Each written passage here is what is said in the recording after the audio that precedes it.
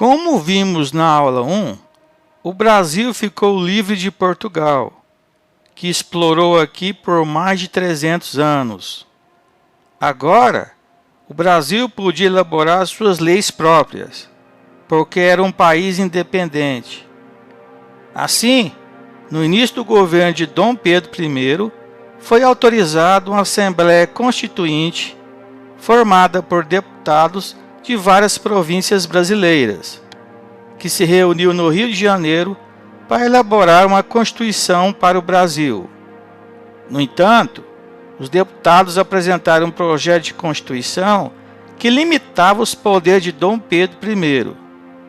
Sabendo disso, Dom Pedro I mandou seus soldados fecharem a Assembleia e prenderem os deputados.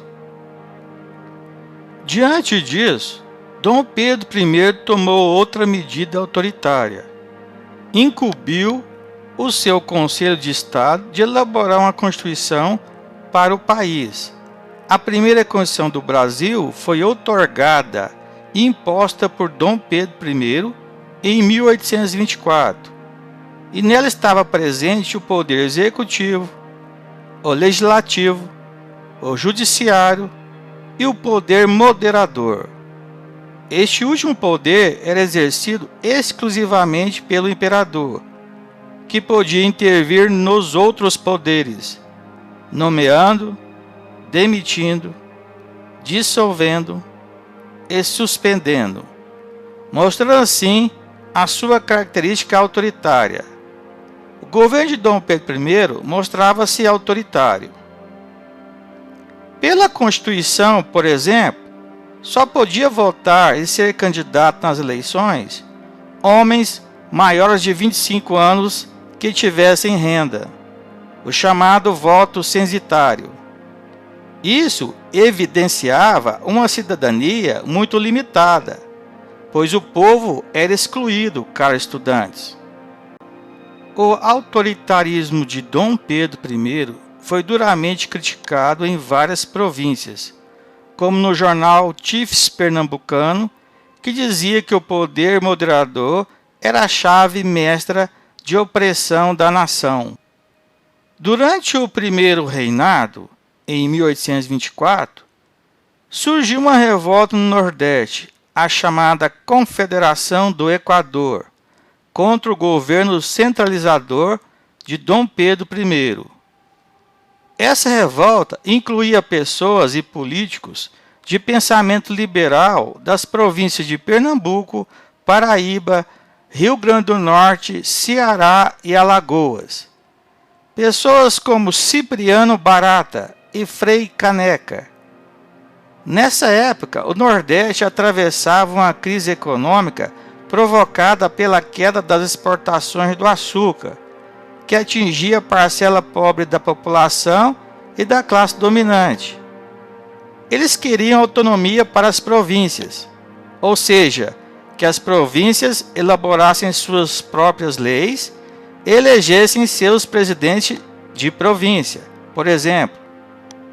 O estopim da revolta foi a nomeação de Francisco Paes Barreto para presidente da província de Pernambuco, feita pelo imperador.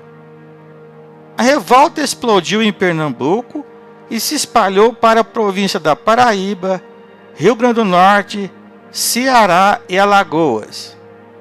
Os revoltosos pretendiam fundar um novo estado no Nordeste, independente, como forma de governo republicana federalista, que respeitasse a autonomia das províncias. Os líderes mais democráticos da revolta defendiam a extinção do tráfico atlântico e a igualdade social para o povo. Porém, essas ideias assustaram os grandes proprietários de terras e escravocratas, que afastaram do movimento, deixando-o enfraquecido. Dom Pedro I contraiu novos empréstimos e contratou uma esquadra naval de mercenários e deu ordens para o brigadeiro Duque de Caxias atacar o movimento por terras. Assim, atacados por mar e terra, os revoltosos foram derrotados. Diversos líderes do movimento foram presos e condenados à morte. Frei Caneca foi fuzilado. Com a brutal repressão à revolta da Confederação do Equador, a oposição a Dom Pedro I cresceu ainda mais. Além de autoritário, Dom Pedro I mostrava-se incompetente para resolver a crise econômica que o Brasil atravessava. A balança comercial apresentava-se negativa todo ano e o governo de Dom Pedro I contraía empréstimos estrangeiros para resolver as suas despesas, o que gerava inflação.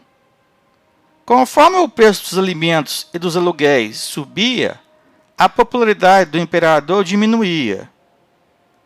Durante o governo de Dom Pedro I, a província da Cisplatina, formada por descendentes indígenas e espanhóis, conseguiu sua independência, separando do Brasil e formando a República do Uruguai. A guerra travada para impedir a independência da província cisplatina aumentou mais ainda as críticas a Dom Pedro I, pois muito dinheiro havia sido gasto e sem resultado. Com um governo autoritário, desgastado e com uma profunda crise econômica, e nessas alturas sem o apoio dos grandes proprietários de terra, dos políticos liberais, da tropa imperial e do povo, Dom Pedro I renuncia do trono em 7 de abril de 1831 em favor de seu filho Pedro de Alcântara. Era o fim do primeiro reinado do Brasil.